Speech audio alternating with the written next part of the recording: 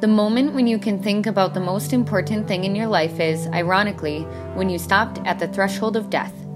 People who have seen death shadows as they or their family fight against disease realize that status and wealth are not really important in life. The hottest McKinsey consultant, Martin Biagel. He experienced death thresholds and modified his seemingly perfect trajectory. He took on several projects in recognition of his ability in the company. The more he worked, the less time he took off. While he worked hard, sleeping 3 hours a day, he finally broke down. He fainted on the way home and went unconscious for 5 hours. This idea hit his head after he fainted. I'm not a slave. I have a right to do what I want. I want to be happy, and I should choose my happiness. I don't have to postpone my current happiness for future happiness. Biagel quit the company that way. He then set up a company with 3 friends in 2006. It was a business that starts a venture company based on fresh ideas, raises it for 3 years, sells it to others, and starts a new one. He founded this company on a principle.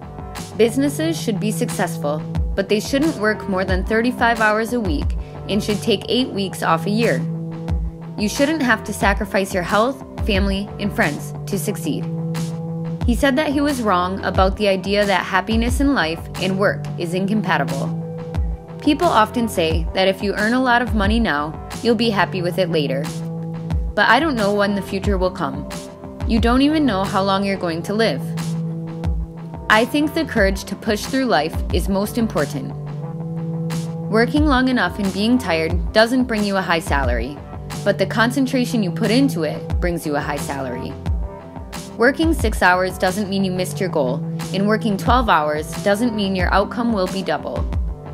But it is still a shame that many people believe they do more when they're working 70 hours instead of 50 hours. I always do my best to maximize the flow of time I work at. Flow means the time and frequency at which you work in the right way. When you're completely absorbed in something, you forget about the time and space and focus on your work. It gives you a short working day, but gives you great results. Of course, I can work 8 to 9 hours straight like other people, but working like that is useless because you're not focused. Working 12 hours a day would probably make you run out of productivity. I rather think that an 8-hour focused worker can make something better than a 12-hour worker. Having given up his obsession with success in the stereotype that a weary life could bring success, he pushed ahead with the choice despite concerns from people around him. And still he lives a happy life, balancing work and life. Perhaps we're working by forgetting ourselves the chance to work happily. What are some stereotypes we have about success?